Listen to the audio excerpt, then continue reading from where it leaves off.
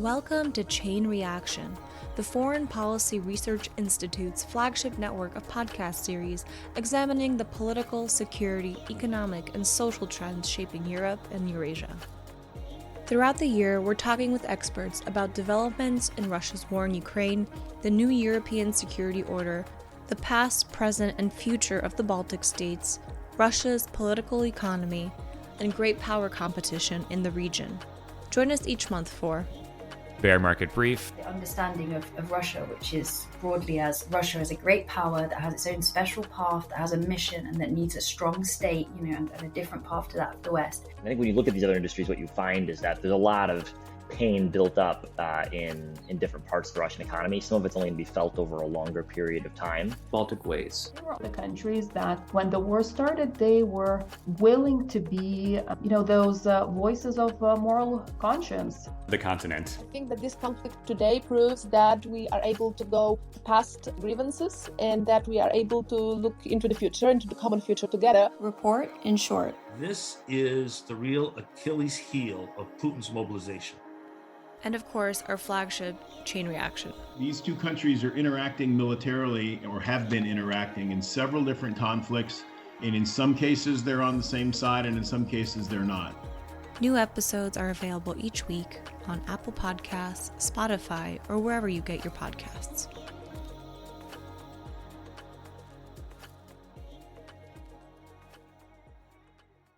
This week on Report in Short. Welcome back to Report in Short, the bite-sized podcast where we bring you the latest in scholarship from FPRI's Eurasia program. I'm your host, Aaron Schwartzbaum. On the docket for today, war as an accelerator.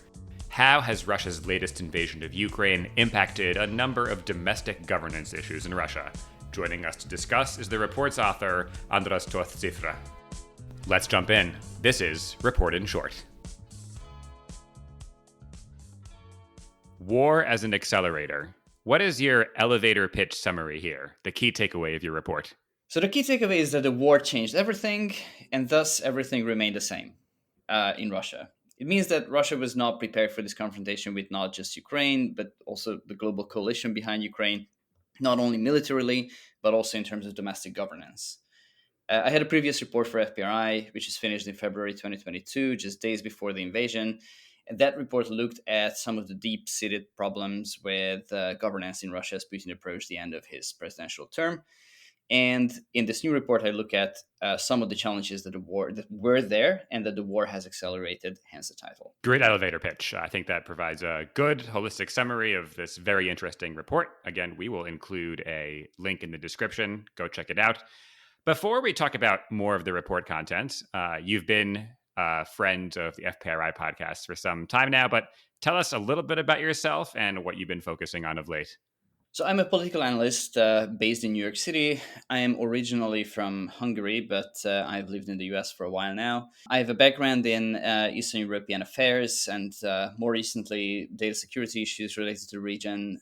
Currently, I am also a fellow with FPRI's Eurasia program and a contributor to the Bear Market Brief. And as regards research, I am mostly interested in how illiberal and authoritarian states perform in terms of policy, how they use data, how they are trying to keep and extend their power, and what problems they create for themselves in this process. Well, if you're interested in Russia, political economy, political risk listener, stop by the Twitter handle, Bear Market Brief. It is a great resource and hope you can make use of it. All right, let's dive into some of the subject matter here, get a little more in the weeds. So by my read, there are three kind of sections or topics of your report.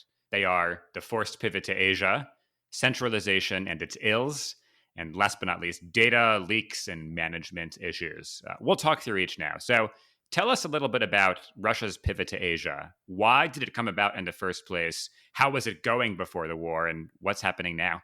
So first of all, about the topics, just a bit of background. Why these three? I could have chosen any other issues, of course. There are still so many issues that came up in Russian governance in the past 3 years. Perhaps the pivot to Asia was one of the most visible ones, but I chose that and the other two because they're connected. So they kind of fit into each other neatly. And I'm trying very, very hard to avoid a nesting doll metaphor here. But these are all pre-existing issues, and I believe that were going to cause problems, including the pivot to Asia to Russia's rulers anyway, or they were at least going to be a central issue. But the war impacted them and exacerbated the problems. If we start with the very hard and tangible problem of pivot to Asia, again, not a new problem. This predated the 2022 invasion. Russia has been trying to reorient its trade towards Asian markets, most importantly towards China, over the past decade, especially since the 2014 start of the war in Ukraine and the sanctions that came with it, which was mildly successful in that Russia did build, for instance, the Power of Siberia gas pipeline, and there were other grand energy projects in Russia's far east and in Russian north that wanted to reorient Russia's sort of trade infrastructure towards the east. But there were also problems that were not resolved and that have been that had not been considered as urgent as they then became past the February 2022 invasion. And I want to stress this point because it will come back. It comes back all the time that prior to February 2022, Russia's relationship with its traditional export markets, Europe, was not great, but it was perfectly manageable, and therefore there was no sense of urgency. And even after the February invasion, even in the first months after the invasion, when it was obvious to everyone that it was not going according to plan, there were a lot of people who seem to still trust that things can go back to business as usual, and therefore the sense of urgency that we need to reorient that they need to reorient their export infrastructure to the east and resolve all these problems that suddenly became very urgent came only with a delay of a couple of months, and then they all came crushing down. And one of these problems, for instance, was, which I mentioned in the report, the throughput capacity of Russian railways to the east.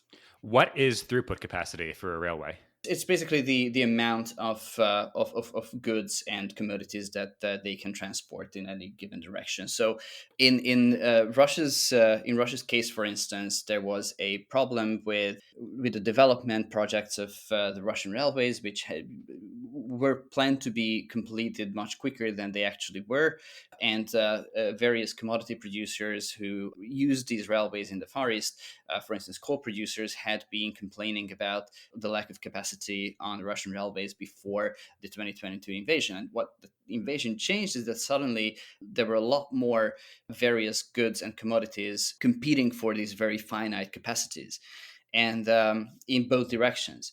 And therefore, this created problems because it made the expansion of the railway capacities much more urgent, or if not that, then to find an alternative to it. And it also created problems downstream down the line as Russian railways failed to guarantee, for instance, capacity to certain producers or others. Because we're talking about coal, we're talking about timber, we're talking about containers. These goods and commodities that are shipped through these railways have different values, values added, and therefore it is more efficient to transport some of them and not others. But at the same time, coal producers, for instance, have also a significant political weight. If I could jump in, yeah. So, but what is the risk of this competition for limited resources because of the war in Ukraine? What does that mean? This is one of the questions that is really difficult to pin down. I mean, one of the risks is that simply certain goods are not going to get exported, or they're going to get exported, but they need to use workarounds. They need to use, for instance, transportation towards Russia's Arctic coast, for instance, on Siberian rivers, and then they will be transported from there, and that this will ultimately lead to the postponement or the scrapping of various development projects that the companies that use these export routes would otherwise do. It can create conflicts. We have seen how violent some business conflicts have started to become in Russia over the past years. So it can cause a whole lot of problems. It can cause also problems for the regions that rely on these industries and that rely on jobs and tax income from these industries. Topic number 2, centralization and its ills. What was the problem with centralization?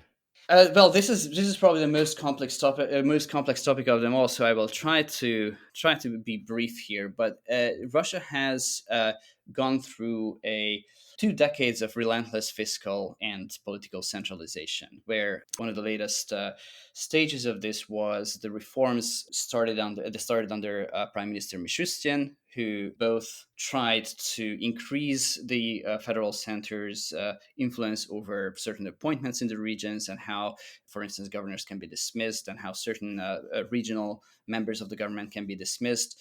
Fiscally, also, the federal government has increased its sway over regional budgets over the past years. And it also came with a vast data collection exercise whereby the central government tried to collect as much information as possible. And the other side of this was a sort of an outsourcing of the risks, of the political risks to governors. So probably the first major test of this strategy was during COVID, when the governors were tasked to decide what kind of restrictions they are setting up in their own regions. And then this continued when Russia started vaccinating people, which is again a controversial issue. The Kremlin wanted the governors to take the political risks of this. And we see something very similar happening now with military mobilization, with sort of prioritizing the military production, subsidizing local economies, keeping sort of just the ships afloat. There is less money. There is less fiscal risks at the same time, because the center has been providing cheap loans to the regions, but at the same time they have mostly been asked to take over the political risks from the federal government. So it sounds like the Kremlin, Putin and his team wants more control, but also don't want to be blamed for the consequences of said control. In a nutshell, yes, thank you. I should have asked you this question. No. Much more concise answer. Well, brevity is the goal of this podcast, and man, this is a hard episode. All right, last topic from this paper: leaks and data. Tell me about that. So, coming from this, of course, I mentioned that one of the main cornerstones of this governance policy, and basically the thing that makes it work, if it works, is data collection, and the fact that the center now knows as much information about a region as possible. This also means, of course, that they collect more information from the regional governments themselves, but also behind their back. So the way you should imagine it is that this is more or less Putin's call-in show, but on a much bigger scale and fully digitized, right? Like where they collected people's grievances, but only 1% of them was actually televised, but they knew about all the rest. Now, this is the same thing on a much bigger scale. And this was a shared endeavor of tactical alliance, so to say, for technocrats who had the know-how, like Premier Mishustin, and the security services who had the power to listen. And their interests were aligned because both of them wanted to know more about the situation on the ground. But this created various problems. Even before 2022, there were a bunch of leaks, mostly because of corruption and mostly as a consequence of this obsessive data collection. It also created, in some cases, a mistrust from citizens. So, for instance, COVID passports were opposed on the grounds that the data that the government collects might be used for something else. And you see this playing out on a much bigger scale now, the amalgamation of various databases that is planned and the digital draft notices that they're trying to introduce. So at the same time, this social media monitoring and monitoring of the vibes failed to predict, for instance, the uproar at mobilization. So the limits had been showing for a while now, but the war again has showed these limits much more clearly. Andras, thank you for joining Report in Short. The Report in Short podcast is brought to you by the Foreign Policy Research Institute. That's FPRI, a nonpartisan think tank based in Philadelphia. For more information on this initiative and on many others, stop by the website fpri.org. We'll catch you next time.